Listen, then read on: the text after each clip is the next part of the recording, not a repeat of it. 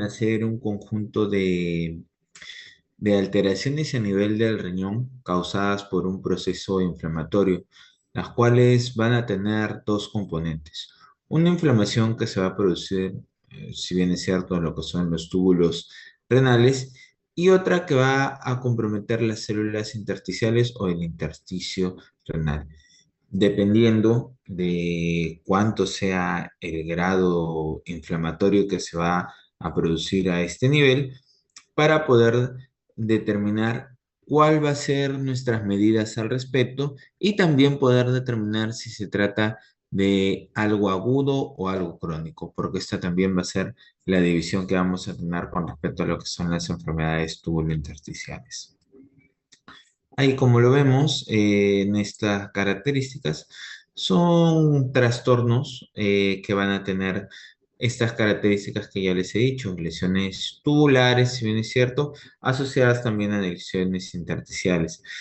Este viene a ser un conjunto en realidad tanto de una lesión tubular como una lesión intersticial, porque per se, por ciertas causas, puede haber también solo lesiones a nivel del túbulo renal, así como también solo puede haber lesiones a nivel del intersticio renal caracterizado por de repente cierto tipo de glomerulopatías o cierto tipo de enfermedades, las cuales pueden ser de carácter sistémico y pueden tener un compromiso a nivel del intersticio.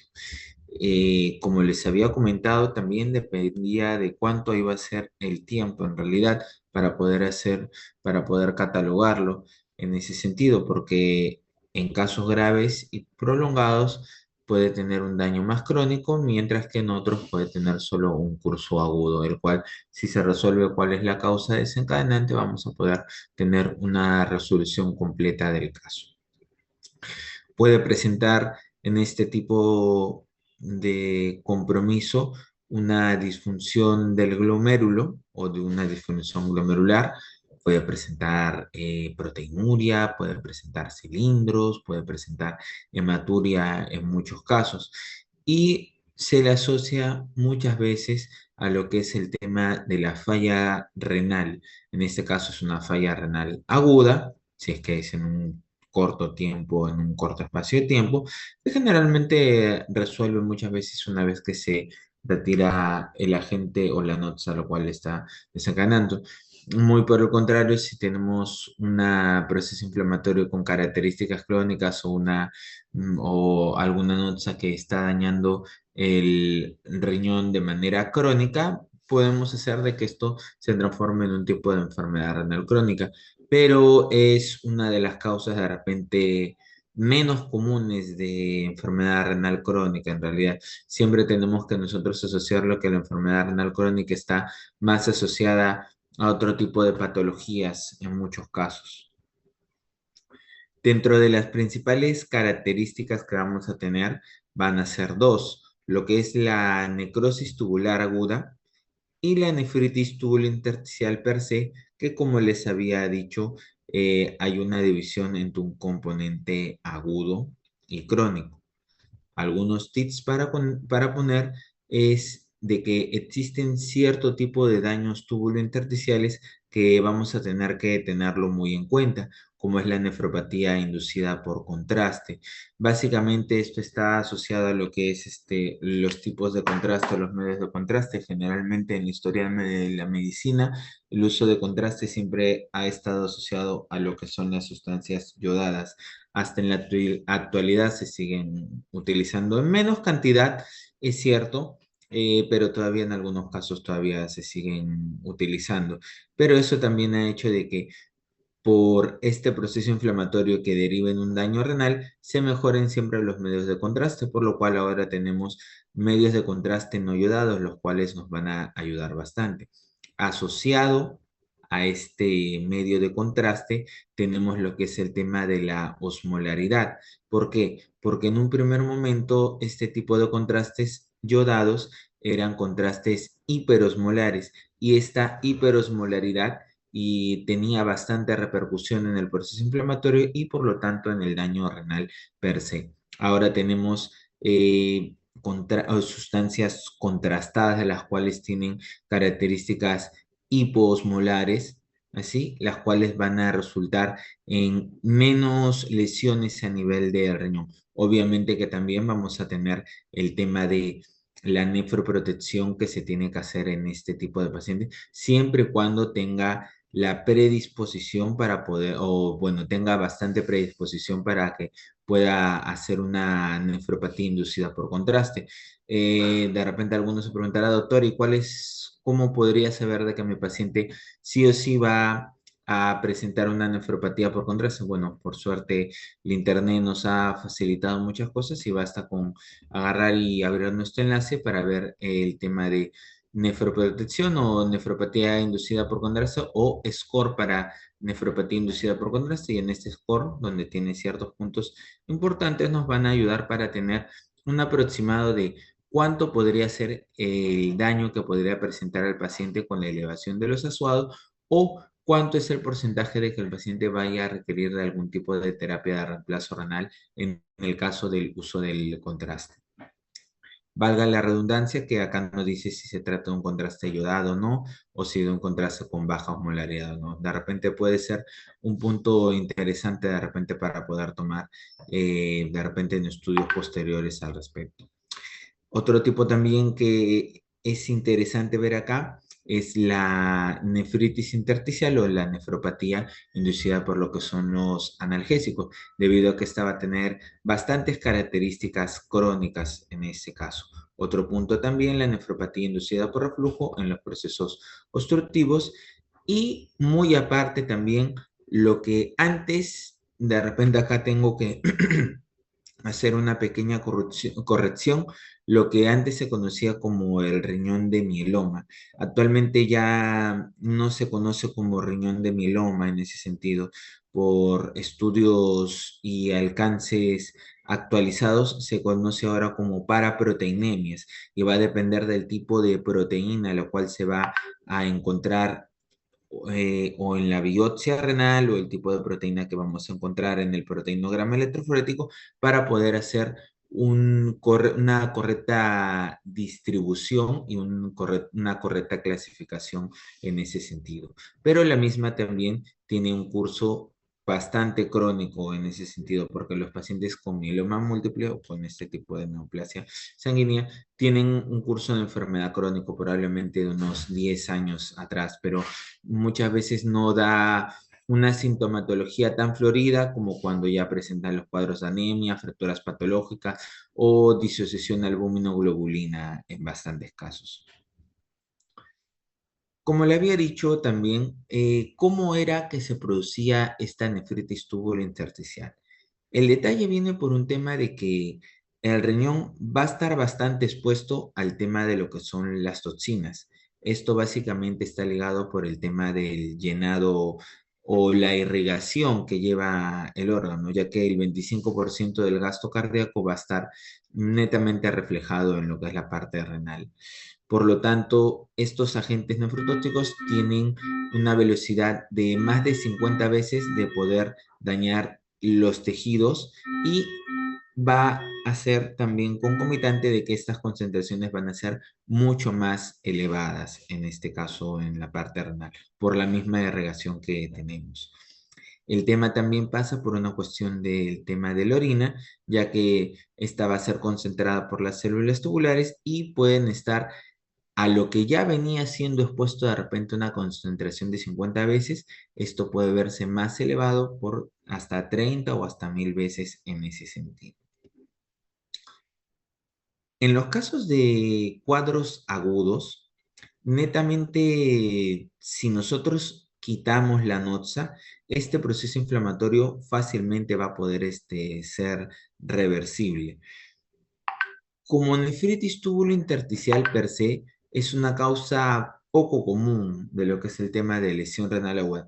Yo acá lo pongo como lesión renal aguda, pero si los colegas lo consideran como enfermedad renal aguda, injuria renal aguda, insuficiencia renal aguda, no tengo ningún problema. No hay consenso al respecto, y en algunos casos yo tomo esto por un tema de que en ciertos estudios se han catalogado o han tratado de catalogar como en un lapso de tiempo lo que es el tema de la falla renal aguda, ¿ya? Básicamente, la nefritis tubulointersticial presenta un porcentaje mínimo de lo que son las lesiones renales agudas, un 2 a 3% en realidad, pero siempre y cuando esto sea comprobado por la biopsia renal. Es difícil decir o tener uno de los criterios para biopsia renal como nefritis tubulointersticial en realidad. Tendría que tener bastantes causas o de repente podríamos catalogarlo en las causas no determinadas de falla renal para poder recién quizás pasarlo a biopsia, pero igual en ese sentido. Entre los pacientes sometidos a lo que es el tema de la biopsia renal, solo se ha podido determinar que un porcentaje entre el 10 al 25% no puede ser explicada la falla renal y en muchos casos puede estar inducida por lo que es el tema de los medicamentos. Antes de la aparición de los antibióticos, se tenía que las causas infecciosas eran el común denominador, o por así decirlo, el mayor porcentaje de causas de nefritis tubulointersticial. Conforme fue apareciendo el tema de los antibióticos, esta causa disminuyó muy gradualmente, pero comenzó a subir ¿cómo se llama? Otras causas, como lo que son el tema farmacológico con, por ejemplo, los inhibidores de la bomba de protones, que a largo plazo sí se ha demostrado que puede producir una nefritis tubulointersticial. El uso indiscriminado de lo que son los antiinflamatorios no esteroideos en ese sentido. Aparte de eso, se vio de que también los mismos medicamentos antibióticos podrían producir bastante nefrotoxicidad y por lo tanto, con todo el grupo ya descrito, casi abarcan el 75 al 90% de las causas de nefritis tubulointersticial.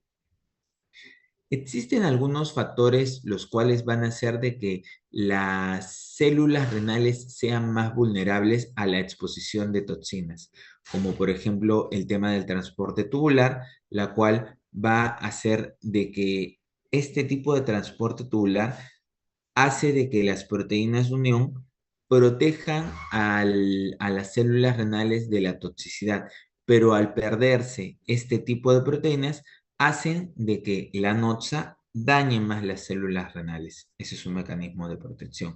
Lo otro que tenemos es la exposición de las mismas células y las organelas a diferentes sustancias tóxicas o químicas que vayamos a tener. Lo otro también que los sitios de unión de algunos agentes pueden facilitar la entrada de otro tipo de toxinas. ¿Qué es lo que pasa? Que al saturarse las células de estas toxinas para poder, entre comillas, proteger, hace de que si yo le sumo otro agente, puede dañar mucho más el tejido renal o el intersticio renal o los túbulos renales. Y esto va a hacer de que sea más difícil de poder manejarlo o de que sea mucho más difícil de poder tratarlo en muchos casos, porque valgan la redundancia, en algunos casos es muy necesario, por ejemplo, tratar el tema con los antibióticos correctos, a pesar de que puedan inducir a una nefrotoxicidad. Por eso es importante su uso racional en estos sentidos. Como un paréntesis en este caso, yo les recomendaría que si es posible y si es que encuentran, bueno, antiguamente muchos de mis colegas y yo íbamos a comprar los libros a un lugar que se llama Amazonas por el centro de Lima, donde podemos encontrar ahí todos los libros. Pero como ahora el tema ya de la virtualidad está mucho más accesible, si pueden encontrar ahí el libro de Ciro Maguiña de uso racional de antibióticos, yo les recomendaría que lo lean. Es un muy buen libro, el cual ayuda bastante para enfocar de manera más adecuada el tema de el uso adecuado de lo que son los antibióticos. Es un libro un poco antiguo, creo que del año 2008, pero es muy bueno en ese sentido. Les va a ayudar bastante en ese sentido. Ya casi prácticamente cuántos años ya va a tener como más de 20 años ese libro en un par de años, pero es muy, muy bueno. También tenemos lo que es el tema de las reacciones químicas, en el sentido de que los cambios, tanto de alcalosis o de acidosis, van a alterar el tipo de transporte adecuado dentro de las células renales y esto induce a que los agentes tóxicos puedan dañar más las células. Lo otro que también tenemos es un bloqueo de los receptores transportadores que también pueden alterar y pueden hacer de que el tejido esté más expuesto. Lo otro viene ligado a lo que es el tema del consumo de oxígeno y de glucosa, siendo el tejido renal, por tener un mayor consumo de oxígeno y glucosa, más vulnerable a la glucosa en el tema de las toxinas que van a alterar el metabolismo celular. Acá, por ejemplo, tenemos un gráfico en el cual vamos a poder ver cómo es que se produce el tema del proceso inflamatorio inducido por algún agente tóxico en la nefritis tubulointersticial. Primero vamos a tener un aumento de la hipertensión o bueno, de la presión intraglomerular, que esto va a producir la fuga de mediadores inflamatorios. Eh, Esta hipertensión intraglomerular va a estar bastante ligada a lo que es el aumento de la resistencia vascular periférica, la disminución del gasto cardíaco, el aumento del sistema renina-angiotensina-aldosterona, el daño a nivel de los endotelios, la disminución del óxido nitroso que facilita mayor lesión a nivel también del glomérulo. Como segundo paso, tenemos también el escape de lo que es la parte de los leucocitos hacia lo que es la parte o la migración de los capilares celulares. Y por último, esta migración, o bueno, esta migración de células va a producir unas semilunas, las cuales van a obstruir lo que es la parte tubular. Entonces, en un primer momento, tenemos una hipertensión glomerular con aumento del proceso inflamatorio. Esto va a hacer de que se escapen los leucocitos y por último tenemos una migración de los mismos. Como ven, primero hay un daño a nivel del intersticio del riñón y luego por último tenemos una obstrucción del túbulo que al final va, en este conjunto va a tener, como se llama, lo que es el tema de la nefritis túbulo intersticial. Dentro de las múltiples causas que podemos tener para el tema de nefritis intersticial, como les había dicho en un primer caso, bueno, en un primer momento, el tema de los procesos infecciosos era una de las primeras causas que teníamos de nefritis intersticial, pero con la aparición de los antibióticos esta causa disminuyó de manera gradual. Lo otro que tenemos es el tema de los agentes tóxicos o agentes farmacológicos que podemos tener. La lista es larga, es un montón de medicamentos los cuales podemos ver que van a producir nefrotoxicidad y que pueden inducir al tema de la nefritis intersticial. Lo otro que tenemos es reacciones inmunológicas, como por ejemplo las presentadas en lo que son enfermedades sistémicas. De repente a la cabeza lo primero que se nos viene es lupus, vasculitis, artritis reumatoide, en realidad per se. Algunas enfermedades metabólicas como hipercalcemias, de repente por ahí alguno que otro desorden tiroideo, pero es sumamente raro en ese sentido. El tema de factores físicos, de repente podría ser pacientes quemados o pacientes que han tenido algún otro, o de repente los pacientes que han tenido ejercicio de manera extenuante y pueden producir una rhabdomiolisis, pero difícil en realidad. Y lo otro puede ser lo que son los procesos neoplásicos, como les había dicho con el tema del mieloma y las paraproteinemias. Con respecto a la división, tenemos dos componentes. Bueno, no dos componentes, tenemos una clasificación en la cual se va a dividir en agudo y crónico. Bueno, valga la redundancia, acá vamos a tener una lesión renal primaria con un deterioro brusco, súbito de la función renal y características histológicas inflamatorias en realidad. Tema de polimorfonucleares, tema de edemas, en ese sentido, los cuales van a dañar el tema del intersticio renal.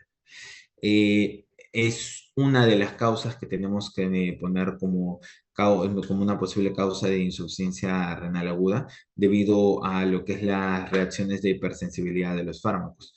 En las biopsias renales vamos a encontrar el porcentaje de nefritis intersticial aguda debido a una mayor exposición de repente a la población de lo que es fármacos en ese sentido. Bueno, hay que decir la redundancia de que es fácil conseguir una cantidad abrumadora de medicamentos en realidad en nuestro medio. En realidad, esto de la necesidad de la regulación de las recetas debería ser mucho más adecuado. Es fácil de repente comprar en la farmacia de repente un antiinflamatorio, como un ketorolaco, un ketoprofeno, en realidad, igualito con el tema de los antibióticos, también quizás por lo bajo, y esto hace de que no solo sea más predisponente para poder hacer una nefrosis intersticial y una nefrotoxicidad, sino también viene pues, quizás en el tema de los antibióticos por el tema de la resistencia. Ese es un tema que el cual de repente ustedes lo van a experimentar en los próximos años, en realidad, cuando hagan sus prácticas, cuando hagan su serum, y bueno, si es que se quedan en el país para hacer su especialidad. Acá, por ejemplo, tenemos una muy larga lista de fármacos, agentes infecciosos, causas idiopáticas que pueden producir, ¿cómo se llama? El tema de la nefritis intersticial en ese sentido. No es el punto de la exposición, solo lo pongo para que más o menos lo puedan saber, lo puedan evaluar y lo puedan corroborar en este caso con respecto, ¿cómo se llama?, a los múltiples agentes que podrían producir nefritis intersticial. Acá también tenemos otro tipo, un cuadro similar, donde ponemos también que en un porcentaje mucho más mayoritario está el tema de lo que son los fármacos, en casi más de, yo diría que hasta 80%, pero en la bibliografía lo ponen como más de 75%. El tema del proceso infeccioso, con un porcentaje mucho menor, causas idiopáticas, los anticuerpos antimembrana basal, sí, es verdad. Síndrome de nefropatías intersticial con neuritis, sí, también. Eso podría ser como una causa idiopática, pero la enfermedad antimembrana basal no es una enfermedad, por suerte, muy común en nuestro medio y siempre está asociado al tema de lo que son las vasculitis. Para mala suerte quizás de repente del paciente, o el tema de las glomerulonefritis pausinmunes, también por suerte en nuestro medio no es muy predisponente en ese sentido. Las que son asociadas a enfermedades sistémicas, lupus, Sjögren, artritis reumatoide, procesos neoplásicos, bueno, acá me faltó describir lo que es el tema de los linfomas. Eso sí, alteraciones metabólicas como la hipercalcemia, la hiperuricemia también podemos encontrar.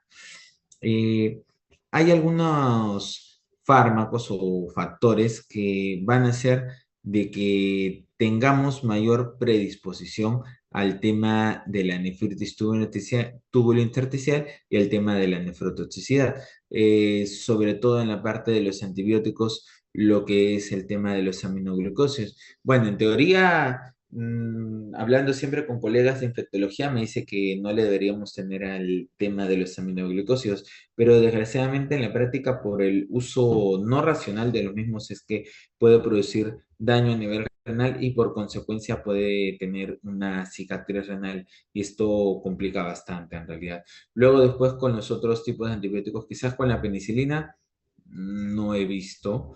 Con las cefalosporinas, de repente por lo que es el tema de la alergia a la que son las cefalosporinas de tercera generación, pero más de eso no he visto. Con los carbapenem sí es llamativo. El tema de la vancomicina también sí es importante en esos casos.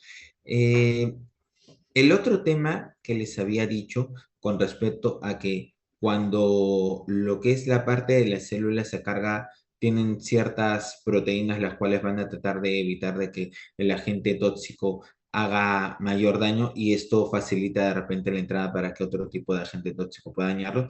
Es verdad, porque muchas veces los antibióticos se usan en combinación.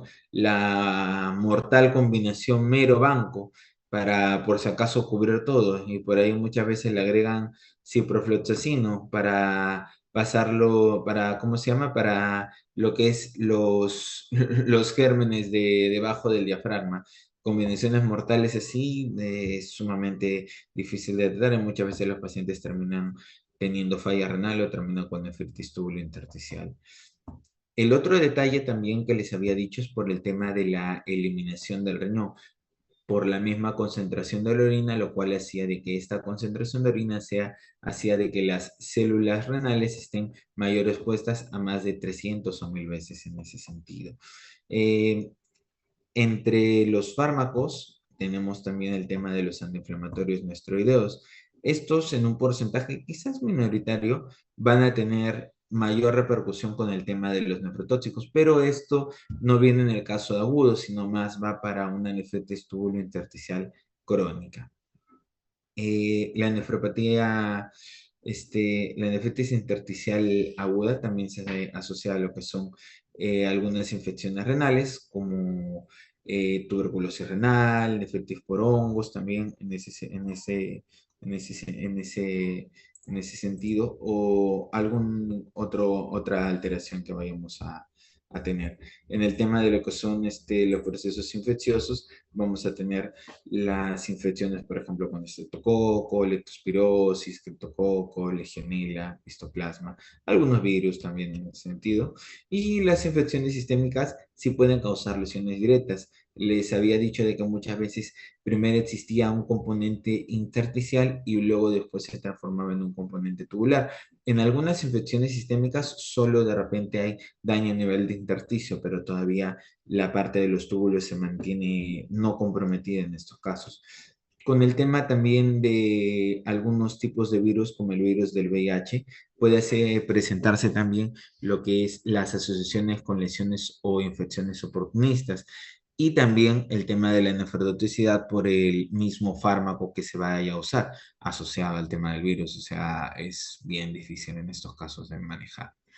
Acá, por ejemplo, tenemos un cuadro donde más o menos nos dice cómo se comporta el proceso inflamatorio. Es un cuadro un poco antiguo, es verdad, pero me parece muy didáctico de ponerlo porque nos va a ayudar bastante con el tema de cómo entender el proceso inflamatorio.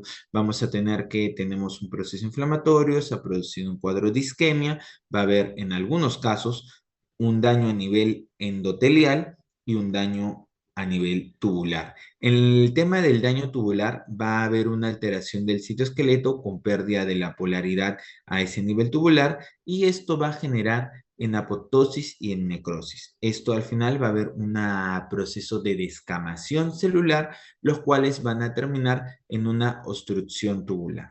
Todo esto mediado por el mismo proceso inflamatorio. En lo que es la injuria endotelial, vamos a tener una activación de los factores de vasoconstricción, asociado también, por ejemplo, a la disminución de lo que es el óxido nitroso, el aumento de lo que es las endotelinas con las interleuquinas, y esto va a estar mediado netamente o se va a producir todo eso por el mismo proceso inflamatorio. Al final termina también con una obstrucción de los capilares tubulares, asociado a un tema de isquemia, y al final termina también con un daño tubular. Acá podemos ver en este esquema cómo se va a producir una, un epitelio o una parte del lumen tubular con su epitelio en reborde de cepillo, por así decirlo, el cual mediante una noxa que vayamos a tener o una noxa que puede aparecer en ese sentido, va a hacer que se pierda la polaridad en este reborde de cepillo, lo cual va a generar en una apoptosis y una isquemia, como lo hemos visto acá, en una necrosis, y consecuentemente va a terminar en una destrucción a nivel de la célula con una disrupción de las mismas células y por último va a generar una obstrucción tubular. Aparentemente, después de haber quitado la noxa o después de haber quitado el agente que está ocasionando esta alteración del túbulo, vamos a tener de que se va a recuperar lo que es la parte de las células tubulares y va de nuevo a proliferar y va a quedar en teoría sin mayores daños. Pero el detalle pasa por acá por la cuestión del tiempo. ¿Cuánto tiempo nos va a demorar en mejorar ¿cómo se llama? Este proceso inflamatorio, esta nefritis intersticial? Porque muchas veces esto se puede ver muy prolongado y por lo tanto el daño puede tener ya más características pintando a la cronicidad en ese sentido. ¿Ya?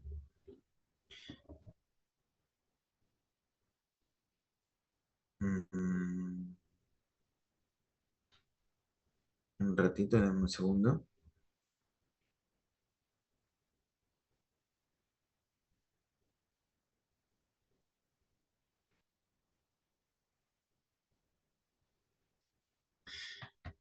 En este cuadro vamos a tener cómo podemos tener o cómo se pueden presentar las alteraciones en el sedimento urinario, en estos casos de pacientes con efecto tubulares intersticial. Se pueden presentar o podemos ver de que en algunos casos hay una falla a nivel renal, pero hay un sedimento no patológico. Entonces tendríamos que pensar en otro tipo de alteraciones que se van a producir, en una falla prerrenal, en una falla posrenal, quizás en una trombosis de la arteria, en una vasculitis, en un SHU, en una púrpura trombocitopénica, una crisis esclerodermia, cosas un poquito difíciles en realidad de poder ver en ese sentido, pero tendremos que hacer de todas maneras, ¿cómo se llama? La salvedad en ese sentido. Cuando tenemos alteraciones de repente marcadas, vamos a tener primero lo que son los cilindros hemáticos, puede ser eritrocitarios, que también se puede poner así. Esto generalmente es de glomerulonefritis, vasculitis y en algunos casos de microangiopatía trombótica. Cuando lleven el tema de vasculitis, van a poder ver esto en el tema de las microangiopatías trombóticas o las microangiopatías no eosinofílicas y eosinofílicas en ese sentido, cuando tenemos que hacer nuestra diferenciación con los tipos de ANGA. Si encontramos cilindros leucocitarios, podemos decir que sí se trata de una nefritis intersticial, pero también tenemos que pensar en otras entidades, son glomerulonefritis, pielonefritis, rechazo del injerto, no es mucho el tema de trasplante, pero debemos de pensarlo, o de repente una infiltración maligna del riñón.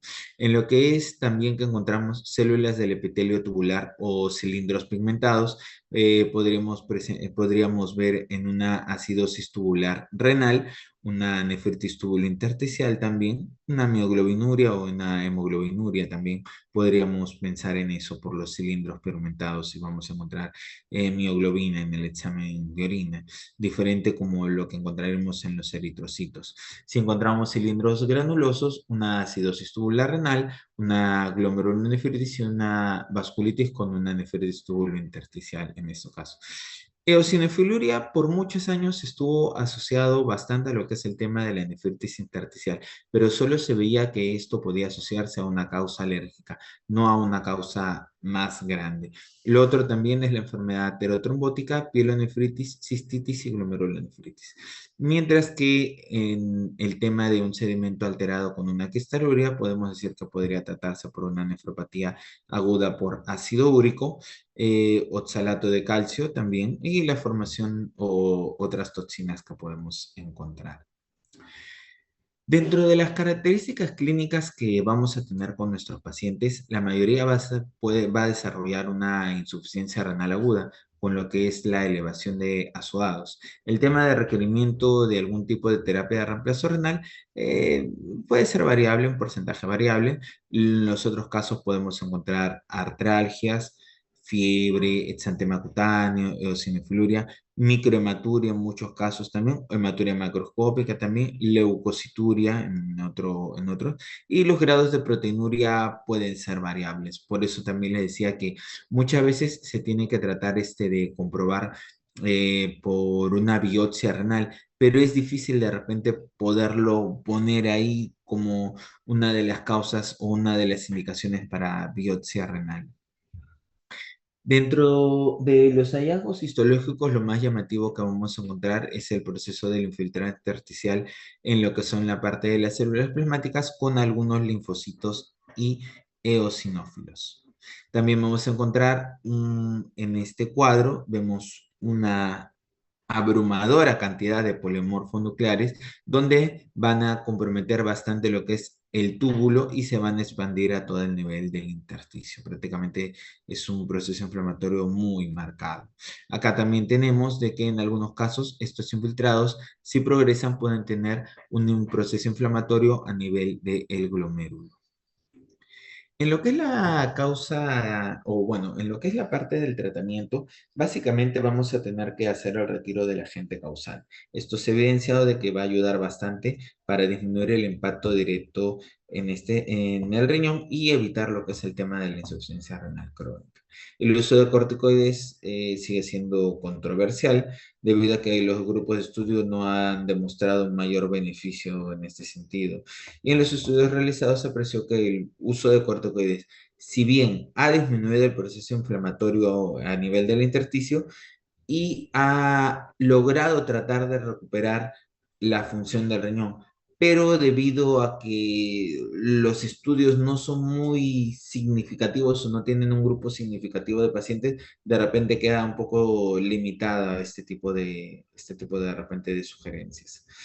Con respecto a las características crónicas, básicamente las causas pueden ser multifactoriales, pero la mayor, o por así decirlo, la causa más grande que tenemos es el tema del uso de lo que son los analgésicos.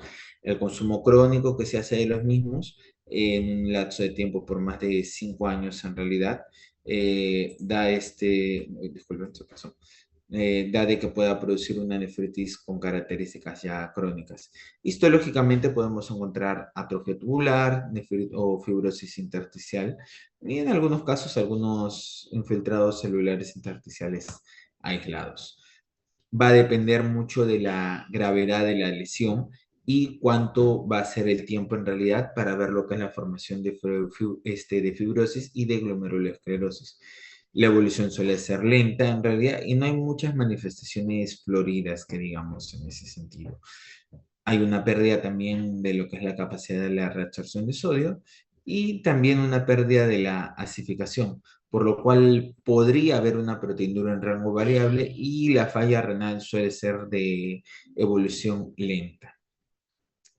Con respecto a los fármacos también etiológicos, acá de repente puede variar un poco más porque acá vamos a tener básicamente lo que es la parte de los analgésicos. El uso de tacrolimus y otros quimioterápicos también nos va a ayudar porque se van a depositar o van a producir causas más crónicas. El uso de tóxicos, o bueno, los tóxicos como el plomo, el cadmio también puede producir en ese sentido. Los procesos neoplásicos como el mieloma o las leucemias, las alteraciones metabólicas como la hiperglicemia, la hipopotasemia, la hiperuricemia. Algunos síndromes con base inmunológica también, porque recuerden que son enfermedades de carácter evolutivo más crónico en ese sentido. Algunas neuropatías obstructivas, procesos glomerulares y proteinuria crónica, nefropatía por radiación, muy raro en nuestro medio, pero bueno, si leen de repente a los fanáticos de esta serie Chernobyl o bueno, si han leído por ahí ese libro de Voces de Chernobyl, van a ver cómo los pacientes tenían bastantes complicaciones por el tema de la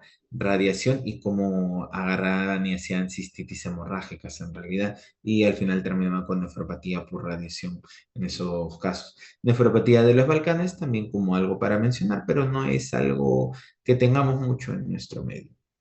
Muy bien.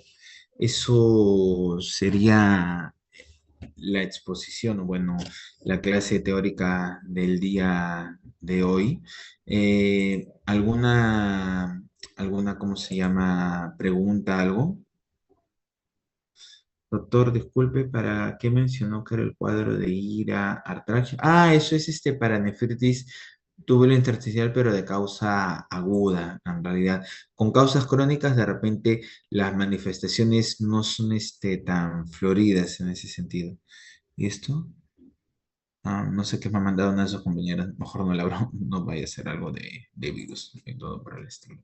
Pero bueno, bueno, ¿alguna pregunta, alguna duda? Doctor, disculpe, una consulta. Lo que mencionó al principio de necrosis tubular ¿sería como una complicación de nefritis intersticial aguda o es algo diferente? Bueno, o lo de podría la por ahí. nefritis tubular aguda generalmente viene asociado a lo que es el tema de lo que es el proceso inflamatorio y isquémico que se produce por el daño a nivel de los túbulos, en realidad. En realidad se produce apoptosis, y tú sabes cómo es el tema de la apoptosis, y por último termina en una necrosis en ese sentido. O sea, básicamente es el curso del proceso inflamatorio. Esas células tubulares que mueren no se van a regenerar, van a quedar ahí. Lo que pasa es que después de terminar de, por así decirlo, de limpiarse el organismo, de sacar al agente tóxico, van a crecer nuevas células para lo que es la parte de lo que es la parte de lo que es de los túbulos. Muy Ah, ok, bien. doctor, muchas gracias. ¿Alguna otra pregunta, algo más? Doctor, disculpe, y con el respecto al tratamiento de la nefritis tubulointersticial Eliminar, crónica. eliminar el agente tóxico, como les había dicho, eso es lo mejor que podemos hacer, o limitarlo en ese sentido. Básicamente tratar de tener medios de nefroprotección en muchos casos. El uso de corticoides, como les decía, por el tema de los grupos que, o sea, podrías utilizar corticoides, sí, pero no hay un estudio significativo de que haya demostrado mayores beneficios, o de repente es muy corto, o de repente, por así decirlo, es muy difícil de repente de poder encontrar netamente un grupo donde vayan a necesitar, o donde vayan a tener nefritis intersticial, porque muchas veces los diagnósticos tienen que ser demostrados por el tema de biopsias en ese sentido, y es un poco difícil muchas veces de manejar esto. Pero básicamente hay que tener bien hidratado a tu paciente, evitar los estados de hipovolemia y de deshidratación también, y básicamente tratar de evitar cargarlo con otros agentes tóxicos más para poder evitar, como le dije, esta sinergia que suelen hacer o suelen presentarse en los pacientes con nefritis intersticial. Y lo otro también es calcular los medicamentos según la tasa de filtración que vayamos a encontrar. De repente es un poco difícil porque estos pacientes suelen tener valores de creatinina muy fluctuantes. Así lo que se opta es tratar de darle los medicamentos a una dosis anéfrica. ¿Qué quiere decir esto? Con una tasa de filtración menos de 10. Muy bien. ¿Alguna otra duda, alguna otra pregunta? Bueno, si todo está claro, entonces por el momento, sería todo por esta noche por la clase, y ya nos estamos viendo para el día de mañana para las prácticas en el hospital, ¿ya? Muchas gracias por la atención con todos. Cuídense y buenas noches.